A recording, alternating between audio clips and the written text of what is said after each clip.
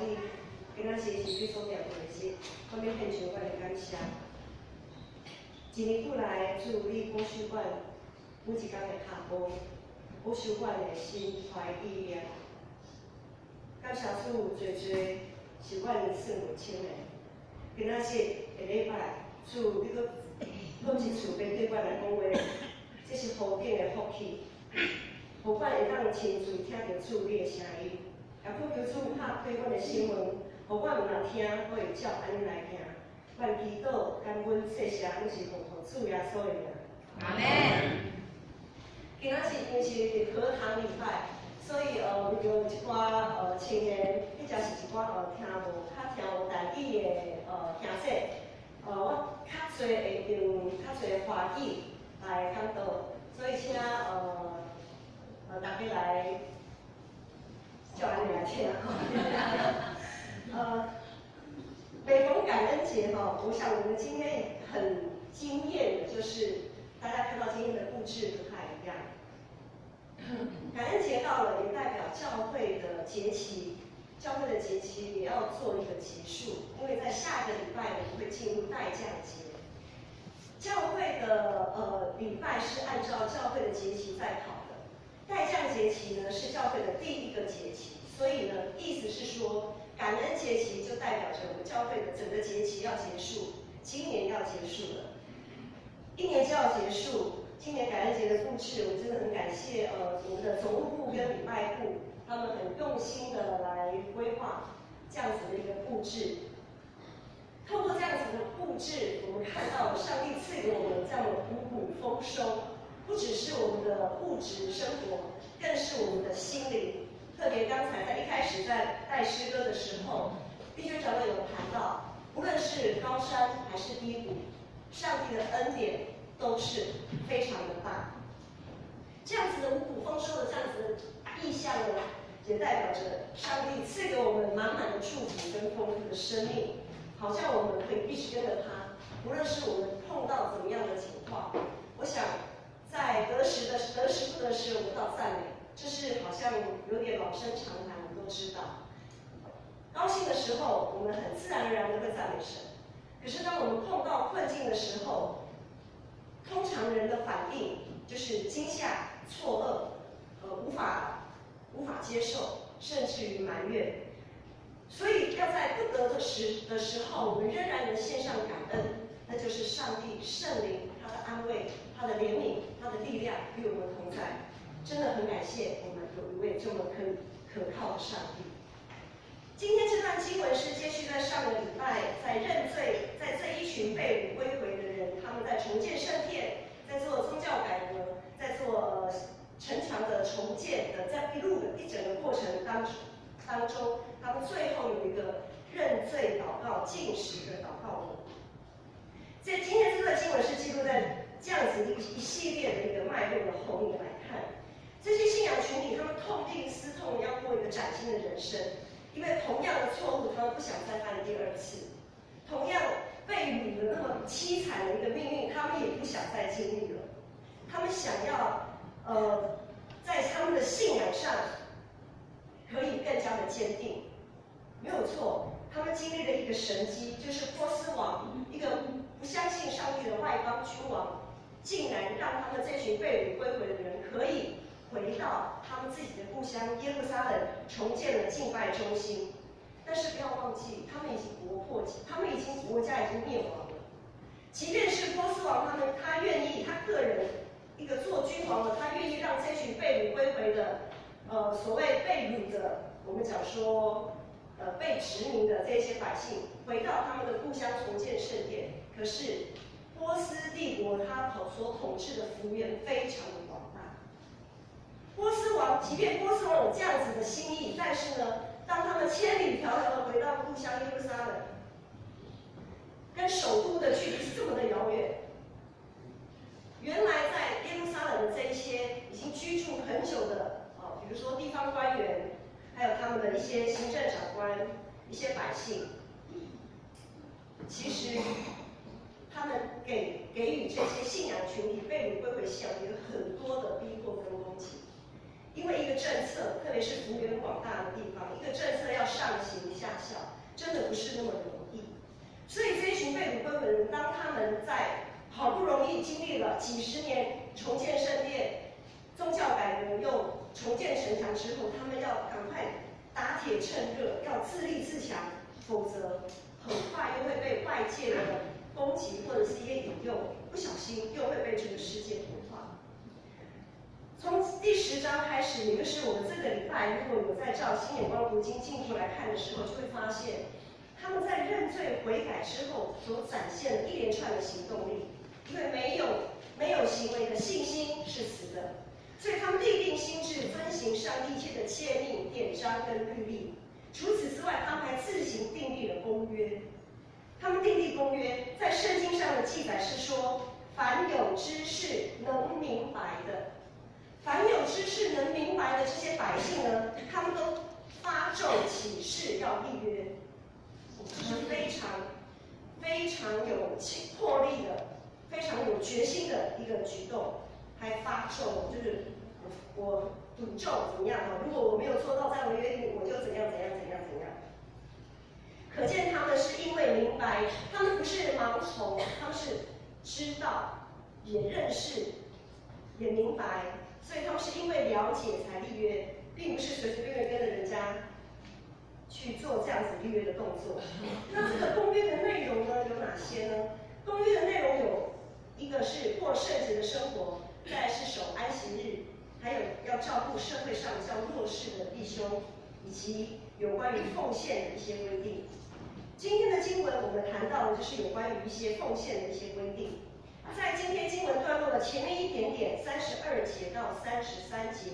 他有说，圣经上记载说，每年个人捐银1/3舍客勒，作为上帝殿里一切所需的用途。所谓1/3舍客勒，所谓每年每人要奉献1/3舍客勒，这个不是一概而论的，这个是按照当时代的需求。所以呢，也就是说，每年圣殿所需的经常费，换成我们现在可以理解的说法来讲，就是每年圣殿所需花用的经常费，大家要为了这个经常费来奉献，让这个经常费的收支是可以平衡的。另外，在34节这边有提到说，还要让祭坛上的火常常烧着，他们有木材，要献木材，每一个人要定期轮流的献木材，因为祭坛嘛，祭坛叫火烧，叫火烧。那火烧你再让火熄灭啊，像这个蜡烛，如果快要烧完，就赶快换一支新的，就像每时刻都要有人注意轮班来烧柴，现柴火来烧。木材的供应必须要稳定，才能维持在敬拜上献祭的需要。那么炭火呢，就是要放在一起才能烧起来。如果只有一支，我们有烤肉过的经验就知道，那么炭火如果只有1支2支，其实很快就会熄掉，或者它没有那个力道。炭火就是要堆在一起，一群一群的才能烧的才能旺。这也是万灵界祭祀的概念。现在我们万灵界祭祀的概念，所以不论是圣工事工的排班，或是教会各样活动，我们会众人的参与，或者是敬拜，我们都要不断的按照排班献上我们的奉献。就是当每个人都参与在教会的建造跟服事的时候，就好像我们在定期轮班的献上这个炭火，献上这个木材一样。从这3节经文，我们就会发现，要1/3舍客勒维持圣殿经常费收支平衡的奉献，就是献银，还有献力，就是我们每个人我们要奉献我们自己的恩赐才干。在圣殿财务上的预备，还有圣工侍奉同工上的预备，都是我们要留意的。那么我们先说在圣殿财务上的预备。讲到钱，有句话说讲到钱就伤感情。有很多牧师也提醒说，那个没事不要讲奉献，不要教导奉献，不然会让会友非常的反感。但是今天牧师还是要讲，若没有教导，若不小心让你们因为没有教导而在不知不觉当中远离上帝，那身为牧师的我就有错，到时候面对末日的审判的时候，我在上帝的面前我没有办法交差。所以按照经文32节中的奉献的定例，每人每年要捐献1/3舍客勒。要怎么样来维持呢？我们要怎么样来奉献呢？我来讲2个例子好了，因为奉献的教导不要太硬，让大家压力很大。我来讲2个例子。以前曾经听过一位牧师，他在分享他们教会的一个会友，一个弟兄。这位弟兄呢，他平常没有在做11奉献，他总是说他要包尾款。什么叫包尾款？就是他平常没有在做11奉献了。譬如那一间教会，我已经忘记他的总经常费的需要是多少。比如说是400万来讲好了。那这个弟兄的意思呢，就是说，如果今年到了年底不足400万的部分，比如说350、360，还差个40、50万，对不对？他的意思就是，如果还差40、50万，最后这40、50万我就包了。意思是这样的他就是我平常我做11奉献，我就是来包尾款的。哇，讲得很有气魄，对不对？可是呢，上帝的荣耀其实人可以掠夺的，所以每年他都没有机会包尾款，因为每年的经常费的奉献收入都超过预算，上帝不让他有机会包尾款。你凭着什么来包尾款？包尾款就代表你比较大吗？你比较厉害吗？是因为你这个间教会才够用吗？这是上帝的教会。耶稣在传道期间，常常接受人对他的奉献跟物资上的供应。这是他其实耶稣是为了人的软弱，耶稣自愿放下自己的全能，让众人为他奉献。我们要知道，耶稣是5饼2鱼的上帝。他是5饼2鱼的供应者，难道他不能喂饱他自己吗？因为耶稣深切知道说，人的财宝在哪里，心就在哪里。马太福音就是这么说的：人的财宝在哪里，心就在哪里。所以呢，这位弟兄，但是因为这个弟兄他从来不理会他的牧师给他的教导，充耳不闻。牧师怎么样，每次在讲道的时候提醒教导，他都不当一回事。所以几十年之后，他所经营的公司被倒，负债，他就从此离开教会。他就好像是一个被世界掳走的人一样。我另外再举一个例子，另外一个例子是一位我所认识一位很敬虔的一位长老，这是当初我在深坑牧会的时候。他不是我们教会，他不是深坑的长老，他是从外教换其他的教会。有一次，一个刚好的机会，他来到深坑做礼拜。从他那一次来做礼拜开始，他除了在他自己的教会有当纳的奉献，他每1个礼拜来做礼拜，一定奉献1万元。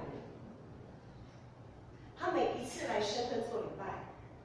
每1个礼拜他刚好那一年是长老他们有轮休，他们教会长老有轮休制度，他刚好那一年算是退任长老，然后他就想说有一个休息，然后来到深坑做礼拜这样子。他每1个礼拜，从年初到年尾52个礼拜，每1个礼拜都奉献1万块。除此之外，他还在特别的节期、感恩、各种的奉献，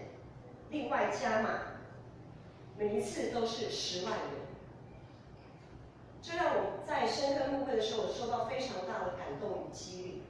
因为他知道那个时候，我跟传道有心要在深坑能够建堂，所以我非常的感动，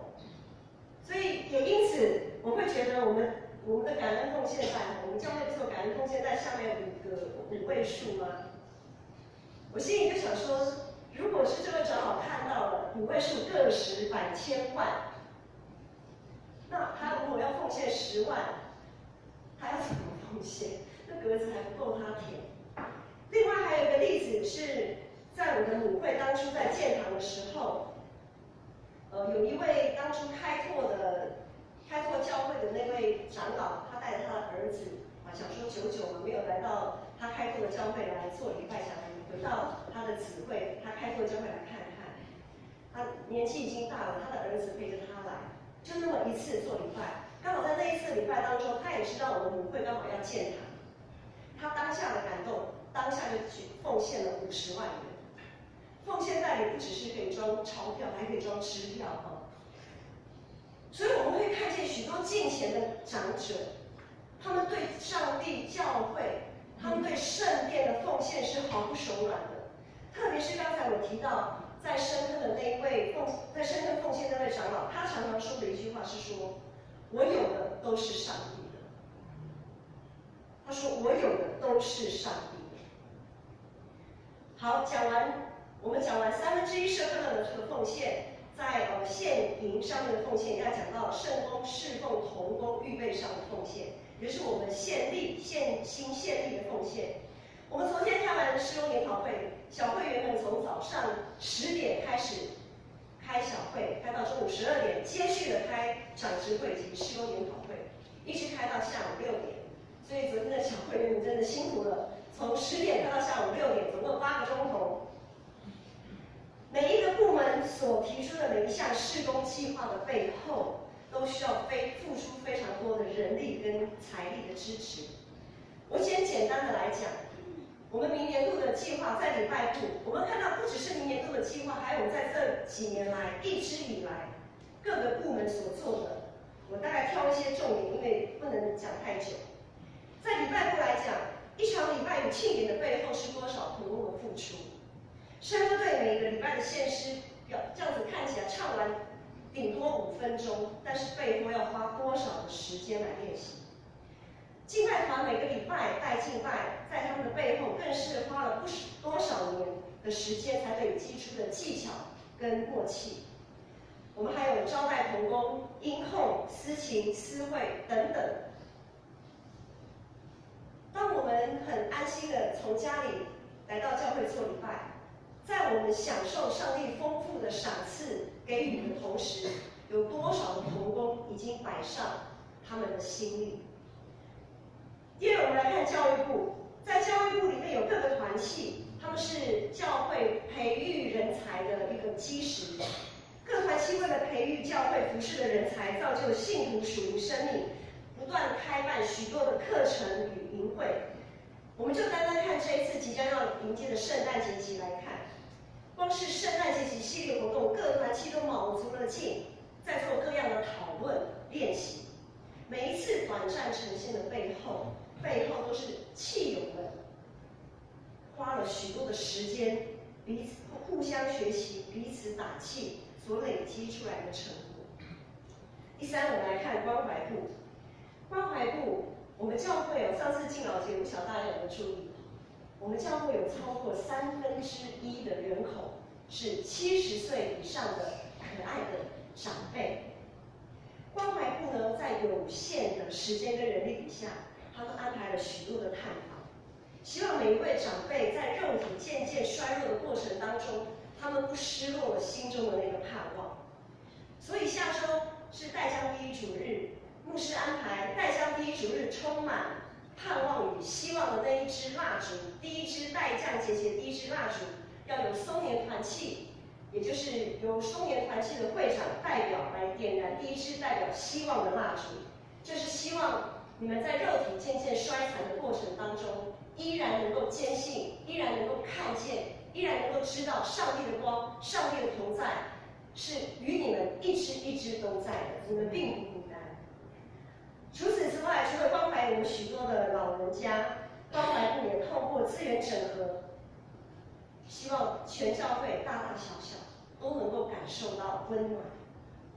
那宣道部，第4个来看宣道部。宣道部的社区工作做得越办越好，大家有目共睹，也是全州会，我们台北州会非常有名的。这一些都是多年来的经验累积，还有同工们多年来的投入。目前大约有100人次的社区人士愿意进到教会，参与教会所提供的各样的活动。我们要晓得哦，教会不是办活动就一定有人要来参加，特别是不信主的啊，不然圣经就不会讲大宴席的比喻。福音书里面有个大宴席的比喻说，上帝已经被比白后眼下了，上帝的宴席已经预备好，但是呢，怎么样？没有人要来呀、你勉强拉的来，还是没有人要来啊。所以不是我们办活动就一定会有人来。所以这个上下约100人次的这样子，他们愿意进到教会，是何等的恩典！因为他们的参与，让我们可以有实践大使命的机会。最后我们来看总务部，一切可以摸得到、用得到、闻得到、看得到的，maybe 有吃得到的，好，然后我们现在坐的椅子，各样的我们感受得到的各样的设备，无论是软体、硬体，包括我们的许多的一些影音设备，还有一些操作的人同工，各样活动规划的场地布置、财务上的管理等等，都是总务部的执掌。他们是一群默默在背后奉献，在背后支撑着其他部门的活动需要，是一个不可或缺的存在。我们是不是真的有用心，好好的去感受体会教会的每一个部门，从长老、执事带领着下面他们所属的同工这样子的努力呢？对于同工的培育，我知道建成还有很长的一段路要走，因为我们在信仰建造上已经失落了很久。像教会渗水、外墙漏水、渗水的问题，其实这是一个外在的警讯，它同时也提醒着我们，在培育同工、在信仰造就上已经不能再忽视、不能再等了。举例来说，预备一位长老，我们要预备一位长老，兄弟部内最基本的顺利的话，至少要10年的时间，因为一个会有受洗2年以后才能被选为执事，执事要担任2任以后才能被选为长老，所以这样一推算，如果顺利的话，一个会有从受洗到可以成为长老，至少要10年，至少要10年。那么也就是说，在这10年的过程当中，我们必须要不断的在信仰上不断的造就与培育。如果我们现在不开始训练储备同工，10年后我们是否仍有敬虔的长职可以带领我们的教会？这是我们要去思考的。我们的眼光要放远一点。昨天我有跟这些在开长职同工会，在开同工事工研讨会的时候，我有跟这些同工讲说，带领教会不是在于办活动的能力，而是在于属灵生命的高度跟信仰的深度。毕竟我们这里是教会，不是外面的一些机构或是福利单位。我们带领教会是要看的是我们的属灵生命，储备同工是当下刻不容缓该做的努力。不过困境是忙碌是灵命培养的杀手。当我们期待有很多的活动、很多的事工的时候，我们有没有好好的也反省一下？忙碌是灵命养成的一个杀手，因为信仰需要时间来沉淀。如果我们的同工无法休息，教会一定会生病。就好像我们人如果不睡觉，长期的失眠，你想想看，我们的身体会呈现怎样的一个状态？特别是这世代的青年，我所谓的青年是指出社会以及尚未退休的这一大段，20几岁到60几岁退休这一大段，这世代的青年面临许多不同于以往的挑战。这世代面对的是国家的资源没有办法给予他们足够的资源，并且在整个国际局势上，台湾现在也面临着非常不安定、不安稳的一个局面。另外，在家族在信仰上的支持，因为我们有许多的弟兄姐妹，他们可能他们的另一半或是他们的家族并不是同样这个信仰的，这个家族在信仰上的支持力道越弱的时候，相对来看，每一个同工他所要背负的那个压力，心理压力是很大的。我们是不是有注意到他们灵命上的需要？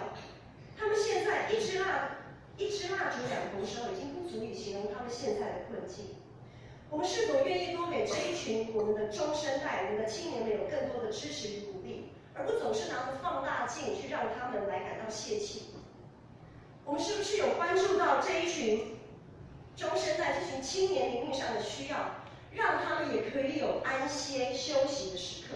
而不总是要办一个活动，让他们忙得团团转，却忽略了在信仰上的扎根。我想这是值得我们思考的，不论是刚才所说的，在我们11奉献上的努力，还有在同工预备上的努力，这些都只是基本款而已。接着，我要讲到今天的经文，就是新酒与新油的奉献。刚刚讲的是基本款，另外圣经经文在接续35节到37节这边有讲到，新酒与新油的奉献是指为教会特殊需要时候的预备，也就是各种基金跟准备金。刚才有讲到我们的教会建成教会一栋6层楼，6层楼光是电梯、水电、冷气，还有我们平常的一些礼拜的需要布置，各样你想象得到的费用，都在我们每天不断的在往前。就好比拿电梯来讲，电梯可能要它的寿命可能是20年左右吧，或者是我们每个月都要维修。如果万一我不确定了哈，如果假设一台电梯是20年，假设一部电梯的寿命是20年，那在20年之前我们就要怎么样？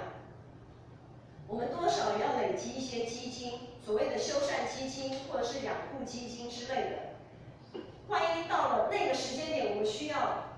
我们需要换一台电梯的时候，总不能说啊西高西单灯啊，那个时候会有再去想办法，我们前面先给它解决没有关系。我们千万不能不顾我们上帝的殿。35节、36节这里说，地上出熟的土产跟树上出熟的果子，还有头胎生的儿子、首生的牛羊，都要奉到上帝的殿，交给当值的祭司。37节继续说，要把最好的面粉当作礼物高举献给上帝，并树上出熟的果子、新酒和油，都献给上帝，也是献给祭司的礼物。这些都要收在库房里，使他家里有粮。有一次我们在社青团契的分享，有位契友他讲到奉献哦，其实他觉得奉献钱是最简单的。那时候大家就觉得很有点迷惑，说为什么他会讲说奉献钱是最简单的？他的意思是这样说，他说因为钱是最好计算的奉献，也就是说，我一个月假如我收入5万块，我这最基本的5000块，这样子是很好计算的。5万的1/10就是5000，很好计算。但是呢，平安、健康，一个有价值的生命，和谐的亲子关系、人际关系，各位弟兄姐妹，我们今天还可以坐在这里做礼拜，代表你们是健康的，代表你们在某个程度上是平安的，这样子值多少钱？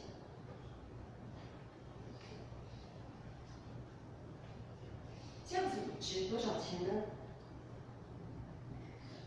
我相信大家心里都有数，这是无价。会算数学的人都知道，无穷大、无限大，无限大的1/10是多少？无限大的1/10其实还是无限大的。好，也就是简单来说，11奉献是有可计算的所得所收入来的。11奉献其实是最好计算的，是维持这个部分是维持教会每年经常费所需要的基本款。至于其他的，刚才讲说无穷大的1/10的无穷大，